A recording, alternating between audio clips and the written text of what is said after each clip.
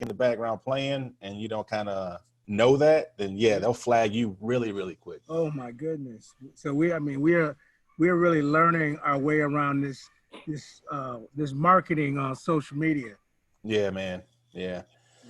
I've slowed down over here myself, man, because I've just been so focused on, expanding, I hired a new person a couple weeks ago. So I've been focused on that, man. I used to post, actually every day on Instagram, Facebook.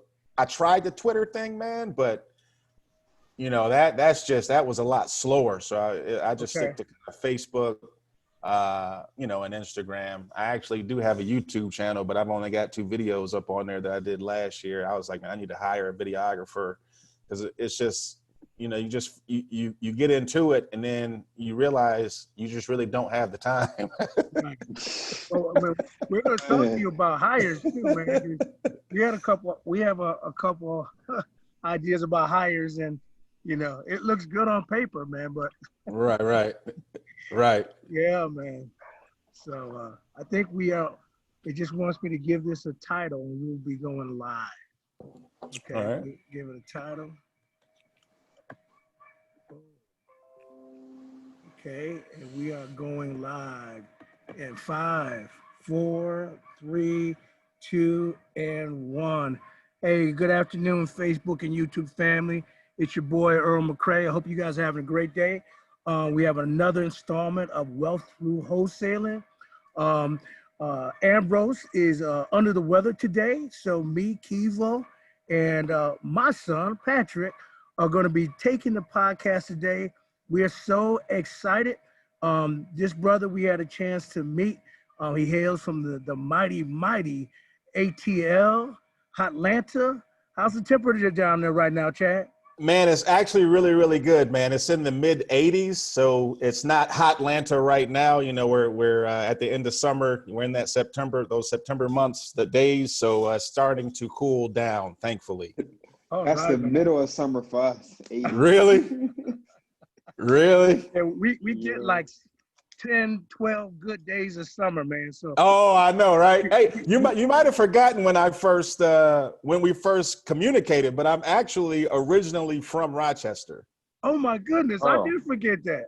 Yeah, I'm originally from Rochester, man. I grew up on 133 Roslyn Street. Okay. In the 19. Yeah. I grew up on Roslyn Street, man, in that little white house. My parents moved away when I was 7 years old, but I still got family up there, man. I told you, Bill Johnson's actually like an uncle to me. We're family. Our families are really, really close. I just call him uncle. In fact, one of his daughters reached out on one of my Instagram posts yesterday and said, "Congratulations, cuz." So that's just kind of how we are. We call each other family, cousin, uncle. So yeah, man, Rochester is my old stomping grounds. Oh man, it's a small world. We always say that, but it is a small world. Yeah, it is, man. And then my brother, who's 10 years older than me, after he got out of college, he started up back in Rochester. So I used to go up there in the summer times and kick it with him, man. So, Rochester holds a special place in my heart. Very nice, man. Very nice. Well, generally the origin for our podcast, Chad, is that we understood that we had to market on social media. We didn't really always understand that we were doing it right. And so we got a lot of folks inboxing us on, hey, you guys seem like you guys know what you're doing. Wink, wink, hint, hint. And they didn't recognize that we were just failing forward. Right. So what we decided to do is to create a format where we could bring on people that we feel could bring some value to this media place, some content to help people who are trying to get into this real estate game. And they do recognize that wholesaling is the gateway drug. But they may not know that there's a whole other world after you get past the wholesaling. Exactly. So, yeah, that's the beautiful thing about real estate, man. It's just as wide as it is deep and vice versa, man. So yeah, like you said, it's just a gateway, man. It's just a gateway.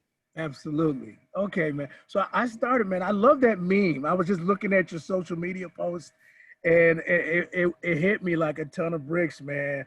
If you are paying retail price for any property, don't call yourself an investor.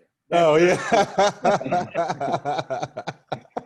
That's a good one. And Yeah, Kiva will man. attest, man. We run into folks all the time. They want retail price, and you know, for luckily, you know, we have Kiva's wife who is just, she's this close to the finish line in terms of getting her real estate license. So we'll be able to Nice. bring that. But you know, let me normally, you know, I normally start by asking all of our guests pretty much the same standard question. So Chadd, tell us a little bit about who you are, and I guess for this format, how you got in the game. Well, I'm a father. I'm a son. I'm a lover of real estate investment. I'm a go-getter. I'm a risk taker. I'm a thought provocateur, a critical thinker.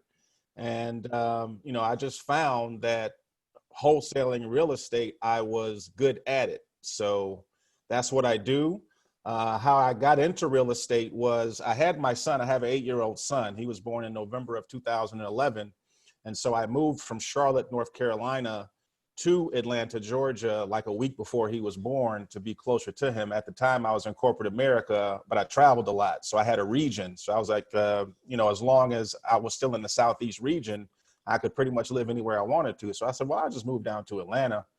And in 2012, after he was about 6 months old, I heard a radio commercial from Fan Merrill and Fortune Builders. And so I said, that sounds interesting. Let me go check it out. And so they had a pre-event before the weekend event. And I went to the pre-event. That was like a couple of hours. And at that pre-event, they gave me a book as well as some other, you know, little small gifts. They gave me a book. It was from Fan Merrill, and it was about it was different types of real estate. And so, you know, I went to the weekend event after that. This was like Thursday night. So then, you know, Friday, Saturday, Sunday, I went to the weekend event, and, you know, I realized I can't pay $60,000 for a mastery program, you know. I was like, well, you know, I tried to learn what I could, but they weren't really teaching any techniques or methods. However, I will give them this credit. In the book, I went back home after that weekend and I read that book. I spent the next week reading that book from front to back. And the book started talking about wholesaling. And, you know, I had already heard how it was the quickest way to get into the real estate game. And so, you know, I talked about bandit sign, you know, getting your bandit signs and things like that. And exactly. So I followed the steps just from reading the book. I got my homeboy who lived about 3 miles away. He's a childhood friend. And, you know, when I moved down here, I just so happened to move like 3 miles away from where he was living. And I said, hey, man, come help me put up these bandit signs. So, you know, we went like 1 o'clock in the morning putting up bandit signs. And lo and behold, I got a phone call one day. And it was from a seller who had a nice property, man, and actually a historic neighborhood.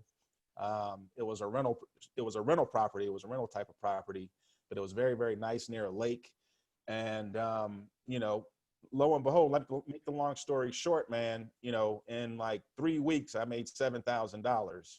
And it wasn't called astro flipping or micro flipping at the time. But what happened was I found a dispo guy who had a buyer, or else my assignment fee would have been $15,000. But, you know, he had the buyer. So we did the deal, and I took 7 and he took 8. And that was only after like 3-4 weeks, man. And I said, you know what, no matter what else I do in life, you know, this is proof of concept. So I'm going to stick with this no matter what. Absolutely. That's the reality check. That's the reality check, man. I had proof of concept. So, you know, I stayed in corporate America. You know, I graduated college from North Carolina A&T with a degree in earth and environmental science back in 2001. I got into the water treatment, water purification industry. It allowed me great opportunity to travel the United States as well as travel the world. And, you know, I got into a situation last October where the company I was with laid me off. And, you know, I had been doing real estate. I've been doing wholesaling, you know, from time to time since 2012. And, you know, I said I had to, you know, sit down with myself and to come to Jesus, as they say. And I said, okay, are you going to be looking, you know, you want to do this entrepreneurial thing. You've had proof of concept and success with wholesaling, even though it's just kind of here and there. You've had success with that.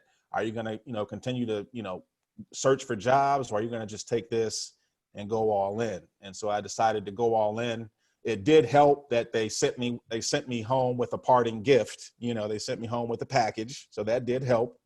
And so, since October of last year, I've actually been full time, and I'm enjoying it, man. This time freedom thing is a wonderful thing, man. It's a wonderful thing. And that's the main thing that I was wanting, was the time freedom. I mean, I made decent money when I was in corporate America. When I got laid off, I was like right at $100,000 a year, with some bonuses.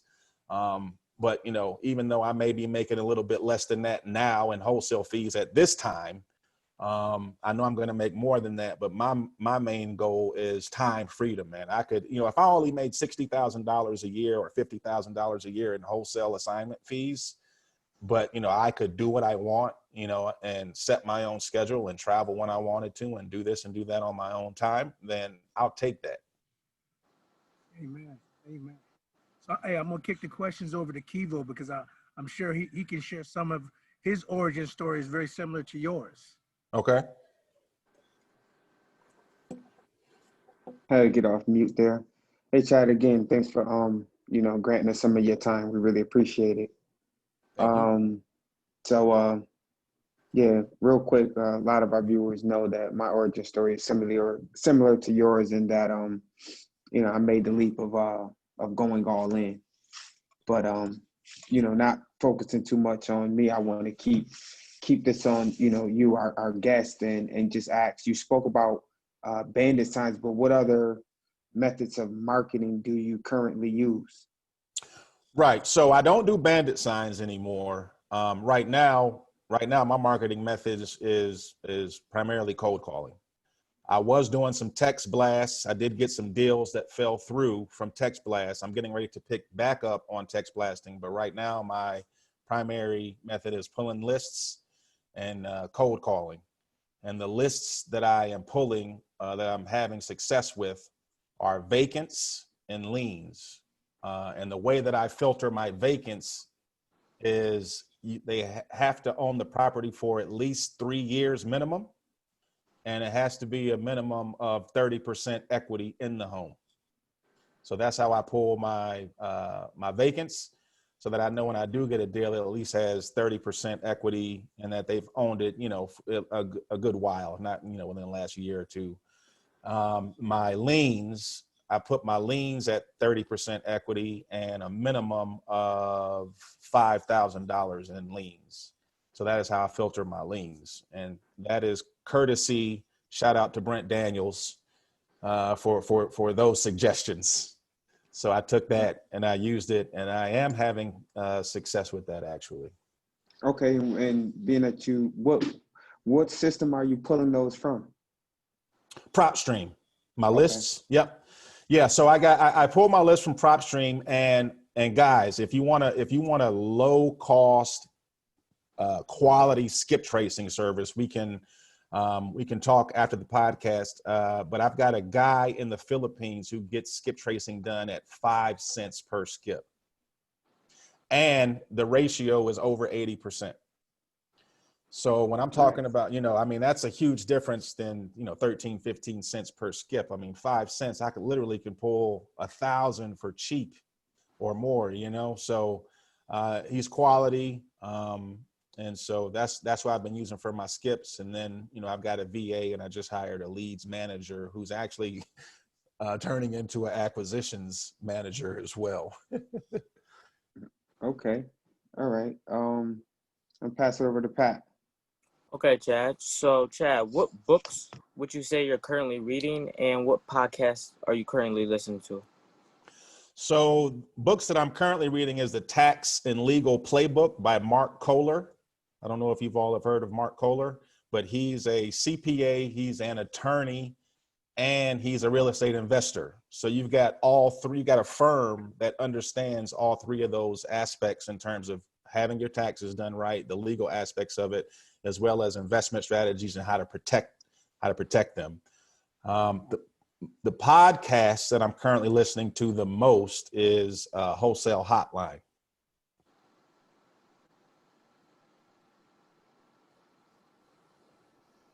You good? We love the hotline. Yeah. we Yeah. I listen to Brent Daniels, TTP, but Wholesale Hotline is like the main one, just because, I mean, you got Paige, Jamil, and Brent, all three at the same time, just giving out jewels like that, man. So, I spend a lot of time driving back and forth from Charlotte, North Carolina to Atlanta, man. And I just, you listen to an hour and a half, 2 hours of just nothing but nuggets, man. I just take it and run with it. Nice, nice. So you said something, and I wanted to circle back to it about hiring your VA. We recently brought a VA into our fold as well. And I was just curious, what processes did you use in selecting your VA, and what processes are you using for communication and accountability and training? Because a VA is basically an assistant that doesn't live, right next to you. Right. So the VA came by way of LinkedIn. I got a message on LinkedIn from a guy who has a VA team. And, I've gotten messages on LinkedIn for VAs before, but this guy was a little bit different. It was more business. It was more business-like in terms of he had a team. We scheduled a conference call. It wasn't just him reaching out saying, hey, if you need a VA or do you need a VA? And pretty much that's that. We set up a conference call. He had a team, and his price was affordable for me at where I wanted to be, at like $4 an hour. It was an intro price that he was running at the time, but I'm actually still at that price. And so, I said, okay, well, I really only need one VA right now. So he put a VA on. I gave her the script, and here we are to this day. Right now, I'm still using her. In terms of communication and accountability, we communicate through Slack. And that was another thing that I liked about, this guy and his team, was that they set the Slack and the Podio up for me for all my leads. And so I said, okay, well, if I don't even have to do that, if they're going to set this up as a company and, that's how we're going to roll with it, then, let me go ahead and try these guys and these gals out. So that's what happened. So we communicate through Slack, and as well as Podio, and the trainings. I use ZenCall, or they use ZenCall, and so obviously you can listen in on the calls, and so I do from time to time and offer some tips and tricks when and where I need to. I'm at a point now where I haven't she's pretty much smooth sailing right now, and so I told him I at least want 2 leads per day. And so on average, they do about that. Some days it's 4, other days it's 0, but it averages out to be about 2 a day. And so, I'm just trying to get this machine continue to be, well oiled, as they say. Did that answer your question? You did a great job, man. And we also are feeling Zen call. Well, we did call tools, but our VA is doing Slack as well as setting up our Podio. So Nice. so we're just 30 days in. So we're excited to see where this goes. Okay. Yeah, Yeah. man. Yeah. And then so after, so then I realized, I've been trying to, I had to come to grips with myself once again and say, I need to fire myself from the things that, I either don't like to do or that I'm not good at. And so I realized I needed a lead manager, because while my VA is basically doing the pre-qualifications and putting them in Slack and Podio, I need somebody to still be that buffer before I get to them. I can't just, I found that I couldn't be the one calling the seller right after they had put the lead or following up. I needed a follow-up person. So I had to hire my leads manager to do that. And man, she lives in India, and I just hired her about 3 weeks ago. And man, she's doing a great job. She just got me 2 contracts locked up this past week on Saturday. I just opened up the escrow today. I went by both properties yesterday, took my pictures, uploaded them to Google Drive, threw it out to my buyers, because I was actually in Charlotte for Labor Day. So I had to drive back yesterday to handle that. But man, she's really done a great job as well. And so, I still may have to follow up even after she does the follow up, but she's that buffer between the pre-qualification of my VA and then me, which is what I needed. So I've been, I just trying to fire myself as much as possible, man. Makes sense. Makes sense. All right, I'm gonna kick it over to Kivo. Yeah, that's an excellent point that you made, because that's something Earl and I were talking about today, firing ourselves. So as of today, I've fired myself from toggling with the lawyers here in New York State, being an attorney state. There's a three-man weave with lawyers. There's a seller's lawyer, there's the buyer's lawyer, and then there's our lawyer that Wow. makes sure that we get our assignment fee. Now, in all our deals, some of the smaller ones, we didn't use a lawyer. So that's where I have to come in and kind of babysit these lawyers to make sure that everything is going about. So my suggestion to everyone would be, in New York, is to have your lawyer that's specifically in it for your interest.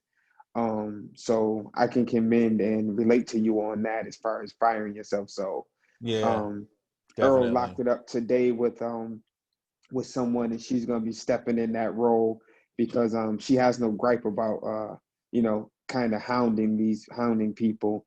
Yeah. And for me, I can sometimes be a little bit abrasive and Me forceful too, man. when I'm feeling agitated. So I had Yeah. to remove myself from that role. I mean, because they holding up money, you know what I'm saying? It's interesting that you say that, because that's another reason why I fired myself, because I can find myself when I'm on the phone with the seller, I'm very upfront.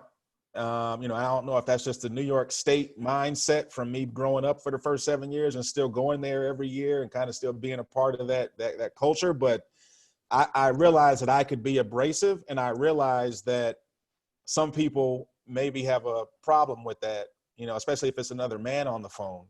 And Right. so, so with my VA and especially with my leads manager, that female presence, it just helps buffer so much more, man. It just helps me out so much more, man. And I was like, wow, this is, That's right, Chad. Give it yeah. out, because we fired our first VA. He was a man, and we Mm-hmm. said we want a woman.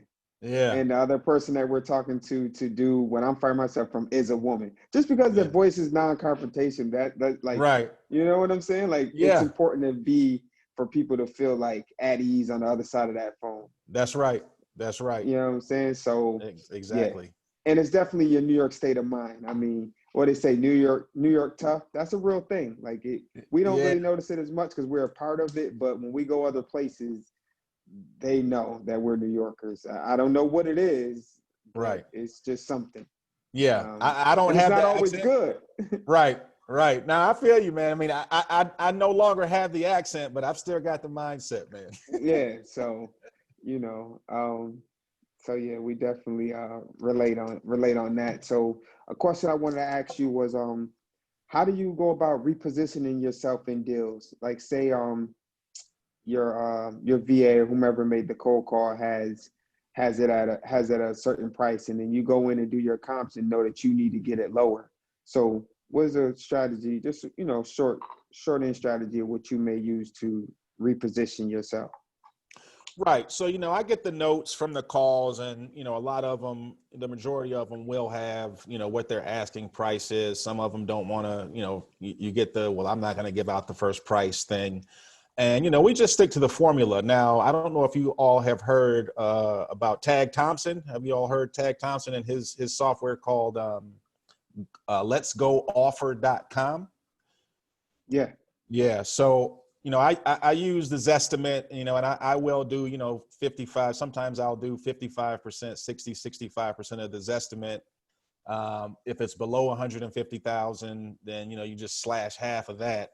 That's courtesy of Brent Daniels as well. But I also use letsgooffer.com, and letsgooffer.com will give you a nice range based on the condition of the property. There's 4 conditions. There's poor, okay, good, and great.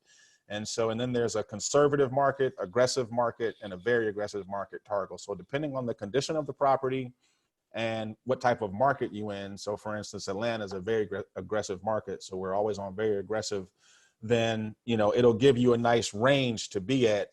And you'll find out that if you take at least 65% of the Zestimate, that number that you get will fall into the range of a very aggressive market. Now that number will be within that range.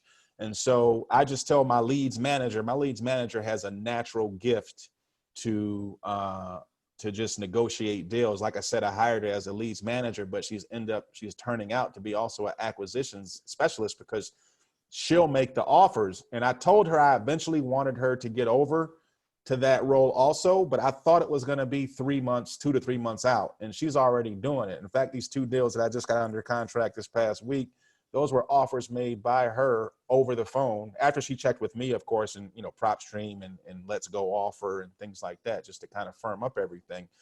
But, I use Let's Go Offer, to kind of help me with where the price needs to be. Does that answer your question? Yeah, so basically you go in with the roundabout, so you don't really have to do too much repositioning because you use a lot of good tools up front. You handle a lot of it up front. Is basically what you said. Yeah, makes perfect sense. Yeah, I honestly haven't this year I've only had to renegotiate 1 deal. And that was a special situation. That was a retail double close deal. But other than that, man, I don't have to renegotiate. I'm not one of those guys that, tries to get the property under contract and then use my due diligence period to knock them down. I'm pretty much the number that we agree upon, unless anything extreme and major comes up. That's going to be the price that we close on. I don't like to do all that. I'm like CarMax, man. No haggling, Right. Absolutely. It's no haggling, man. It's like, let's just stop beating around the bush. Let's come to an agreement. Let's come to a fair price where you can make some money. You can get the help you're looking for. And I'm an investor, so obviously I'm looking for a profit. That my contract says it. That we're not even. The seller realizes that we're investors, and we're not going to be purchasing at market prices. So it's like, let's just be real with one another. Let's get the deal done.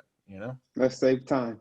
Yep. Yeah. So before I pass it to Pat, I also want to say that, that's where that came from for you. I just had an aha moment, because one day our other partner who's not on, Ambrose, was asking me, hey, this guy wants me to give him an offer first. He wants me to give it. And I said, well, just give him half of whatever the estimate said. Mm-hmm. But knowingly, I said that, but it came obviously from whomever, Brett Daniels or Jamil, whoever I was listening to in the background, because I keep those guys on as background noise, whatever I'm doing around the house. Right. I have it on YouTube or podcast. No matter what I'm doing, it's in the background. And so subconsciously, right, I must have absorbed that and spit and regurgitated it right away. And that's what we've been doing. So when they give us a hard time on price, I'm like, well, just go half and we'll be anchored good from there. Right, exactly. So that's crazy that you said that, and it just was like, that's where I got that from. I thought I made that up. Yeah, man. Yep. That's how we do it. That's how we do it, man. All right, go ahead, Pat. So, Chadd, what do you think are some of your daily rituals that got you to the point you are now? Man, it's a mindset, man. Meditation. I get up in the morning and I meditate first, man. I meditate for anywhere from an hour to 2.5, 3 hours, man. And, it's just all about stilling the mind and being present, being grateful, and then being ready to, knowing who you are, knowing where you come from, what your power is, who you got that power from, and, that you are part and parcel of that power. And then, just taking on the mindset to take on the world, man. It's also about a healthy diet, eating healthy, as well as exercise, and, basically staying in the business that you're in, so, if you're driving to the gym or like Kivo said, just having stuff on in the background, it's going to hit your subconscious eventually. So, that's what I do to prepare myself. I'll turn it over to my dad. All right. So Chadd, one of the first conversations I remember having with you is, I was talking to you about your, some tips and tricks for creating a solid buyer's list. and you laughed at me. You were like, "Yo, bro, I don't worry about buyers list anymore, cash buyers list." And you literally, as a wholesaler, rocked my whole foundation because I didn't know there was another way for you to lock up a property and then move it without having a little 400 500 people and a about buyers list. So I mean, could you just kind of revisit that conversation for the rest of us that may be in that in the matrix where you think you're attached to cash buyers? Right. So I definitely remember that conversation. So, when COVID hit, it changed a lot of things, as we all know. A lot of these iBuyers stopped buying. A lot of cash buyers kind of were, playing it safe, which is understood. And so I actually switched my strategy to retail buyers and just doing double closings. And I realized that the retail market is hot. And I have gotten my biggest assignment fees in my career from doing retail sales to retail end buyers doing double closings. In June and July, in like 6 week in a 6 week time frame, I had 2 assignment fees that totaled like over $52,000, and those were from retail buyers. And so, I established a relationship with a guy who was investor friendly. He was a Keller Williams agent. And, he knew about double closings because a lot of real estate agents don't even know what a double closing is. I mean, you can educate them, but he already knew what it was all about. And he was a good, proactive real estate agent. And so we teamed up and, we're doing these retail deals. And so that's what I was talking to you about was how, even though you may have a cash buyers list, you also have retail buyers. You're going to have to go through a few extra steps. Yeah, you're going to have to go through a couple extra little headaches, such as showings and things like that. But at the end of the day, what's your goal? Is your goal to get paid, or is your goal to complain about these few little extra obstacles or things that you may think are obstacles when you're dealing with a retail end buyer and, a 30-year mortgage lender, that's going to be basically wanting you to, give over an arm and a leg. But like I said, the retail market is hot. I mean, it's hot, guys. I mean, you got interest rates that are like below 3 now. They're like at 2.9 something percent, I think is the last thing I read like a week or two ago. And so, that's a strategy that I think if you can do it, then definitely put that in your tool belt, is establish a relationship with an investor-friendly agent, get a transactional funder, which I use Best Transaction Funding, and you can contact Lisa Nevlin, Lisa Nevlin at Best Transaction Funding. They will do your double closings, and man, just go the retail buyer route. Now, obviously, these homes have to be, retail. They have to be move-in ready, right? Obviously, but pretty houses, right? Pretty houses. Yeah. These are pretty houses, but they're out there. They're out there, and so it's just another tool in your belt. Now, and so in my imagination, I'm imagining that list would look something, probably similar to a failed listing or a for sale by owner. Well, you mind the ballpark? Well, possibly, but the way that I've found my retail buyers, honestly, is rejected refinance leads. And I got those rejected refinance leads from fixandflipleads.com. It's pretty pricey, but compared to what I made, it was definitely over 1,000%, well over 1,000% ROI. So I've gotten them from the agent didn't send me the leads. I had already had the leads from the rejected refinance leads. I was just, after my cash buyers kind of dried up, I was just like, okay, I got to find another route to get these deals closed. And so I brought the leads from that to my real estate agent. So that is my experience. I can only speak on my experience and what happened with me. Now, you probably you probably could get it the ways that you said, but the rejected refinance leads is one of those kind of ninja, not so well known lead sources that can be profitable. Okay, so Chadd, is the paperwork any different working with I call them the pretty houses, as opposed to the houses that need a little bit more work, where you find a motivated seller, you lock it up with a purchase agreement, you have a due diligence period, and then you market to your buyers list. Is that pretty much the same, or is there little nuances that are different?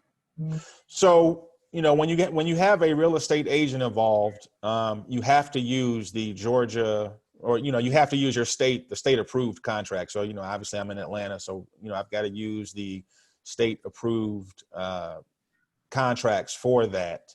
And, you've got to sign an agreement with your real estate agent that says you're going to be tied to them for 3 months or 6 months or however long you all negotiate it out. But other than that, what happens is once I get the contract signed between my agent and I that he's going to represent me, then my agent reaches out to his networks of buyers agents, and then they just come through. He does all the work after that. He's the one calling up. He's the one putting it on the MLS. He's the one that's getting all the schedules showing. He's the one that's negotiating with the buyer's agent and things like that. So after that, he pretty much takes it and run with it. So I just kind of sit back and he gives me the updates, and then we finally find a buyer. Eventually we find a buyer, and this is the closing date. You may have to deal with a few extra rules and terms because you're dealing with a state approved or a state regulated contract, if you will.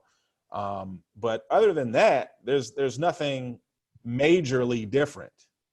You're just dealing with agents and then a retail buyer with some couple extra rules here and there, but nothing that's like too shockingly, out of the ordinary. So Chadd, one of the things that in my head I'm trying to circle back to is, so I know the way we position ourselves as investors, when we find a property that could potentially be a property where we could actually move in a wholesale deal, we always are positioning ourselves like we are the buyer, not that we're representing another person. And so in the, if you will, pretty house strategy, how do you position yourself? So, in the pretty house business, when you're doing a double close, you are going to be the buyer first. You're just only going to be the buyer for a few minutes to maybe an hour because you're doing a double closing. So you will close on the property, but then that same day after you close, you're going to resell it to your end retail buyer. So literally, when you're in a pretty house business working with double closings, you are closing on the property. But see, that's what best transaction funding is there for, because they're going to be lending. As long as you have a C buyer in place, an N buyer in place, they're going to be fronting the money for you on the A to B side. Okay. So they will be closing on it. You will be closing on it first. However, but it'll just be a very short time. It'll be minutes to maybe an hour or so, but it's the same day. Okay. Yeah. So how about and I very much appreciate the insight because I didn't know how transactional funding worked. So yeah. you enter into their registration process, and upon securing your end buyer, that's when the funds are released. Is that close to being accurate? Yeah. So you'll get your transaction coordinator in touch with your escrow, your title company, or your closing firm, and they'll start working together. And so that way, when the end buyer is found and the lender approves the 30-year mortgage for the C buyer, best transaction funding or whatever transactional funding company that you use, they know that money is going to hit on that day when the closing is to take place, because they're in communication with the title company or your closing attorney's office. And so they wire in the funds, and then the C buyers funds wire in, and it pays off the A to B transaction amount, along with some some fees, and and then you split the difference.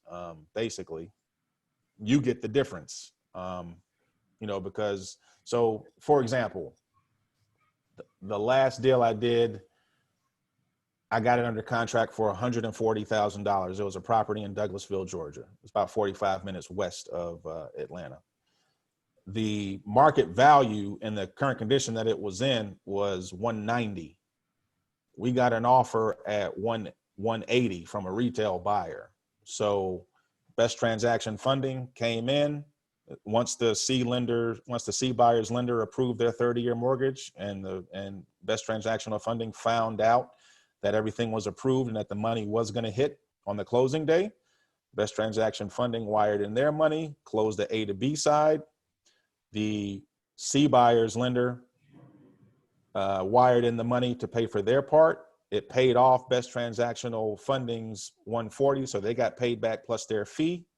And then I split my difference because the end buyer's is sending in 180, and I had it under contract for 140 minus some fees plus the 6% real estate commission, agent commission, and I took home a little under 24 grand. Nice. Yeah. Nice. All right, wonderful. Yeah. I am so excited. I cannot Yeah. wait to try this in New York. Yeah. I'm gonna kick it over to Kivo. Yeah, I actually had no more questions for you. The amount that you've given up in the last 30 to 40 minutes is immeasurable, and we do appreciate it, and I hope those that are watching gain the value that I gained here, and obviously I see him with his notebook, so we'll be going over the stuff that you dropped ourselves, because you definitely gave a lot of wealth. So like us, you're a go-giver, and you believe in the mindset is not the scarcity mindset, the abundance mindset. Right. And that's really what it is, because I was looking at Kiyosaki, I think, the other night, and the amount of money he said they print a day, like I still don't even really believe him. Like I think he was saying like they print like almost $1 billion a day, something ridiculous number. So the point is that there's enough money, and it's going to continue to go around. It's going to continue to circulate. So, right. Again, I appreciate your time and talking to us and sharing out. And look forward to actually talking to and working with you more. Sure, man. Sure. Let's squad up, as the new term is, as the hot going term is, squatting up. So, if you all got any deals down here in the Atlanta area, or even in Charlotte, North Carolina, if you all happen upon that one day, but definitely Atlanta, let me know.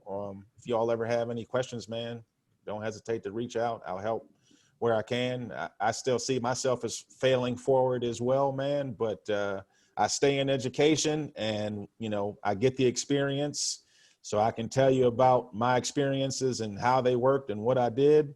And hopefully that can help you all out. Right on. One last question, Chad. Yeah, my mic is on. And being a school teacher, an educator by vocation and by spirit, this year will be my first year not working in the high school in a minute. But what advice would you give to a young person who may be either a year or 2 years removed from graduating, who might be considering jumping in to real estate as opposed to going the traditional track that we're kind of always kind of programmed into, either military or a college? What advice would you give them? So I would say, one, first of all, you got to believe in yourself, no matter what. It's a mindset, no matter what you do. Whether it's real estate, whether it's, sports, whatever it is, you got to believe in yourself. You got to stay confident. There's definitely going to be hard days. And that's why you got to just continue to believe in yourself and to continue to, basically have that self-talk with yourself that you are worthy, and you can do this and you deserve it. And, you know, aside from that, networking, you know, find somebody, find a mentor, find mentors, find buddies, friends, new friends. You know, Drake says no new friends, but I say, why not no new friends? If they can help me in my business, then yeah, they're going to be new friends, you know? So, you know, start surrounding yourself with the people that are also doing this and that are already doing this. And that is the advice I have. Hey, Chadd, we absolutely appreciate you for being here today, man. And we can't wait to squad up. All right, brother. Hey, thank y'all, man. I appreciate it once again. Thanks for the invite. I appreciate it. All right. Thank you, brother. Thank you. All right. All right. Later. All right. Yeah, Facebook and YouTube, man. If you've gotten any value on the content presented here today, definitely give it a like, give it a share. Like Chris Monroe says, let the world know that you care. And we will be back with you next week with another installment of Wealth Through Wholesaling. Take care. God bless everybody. All right.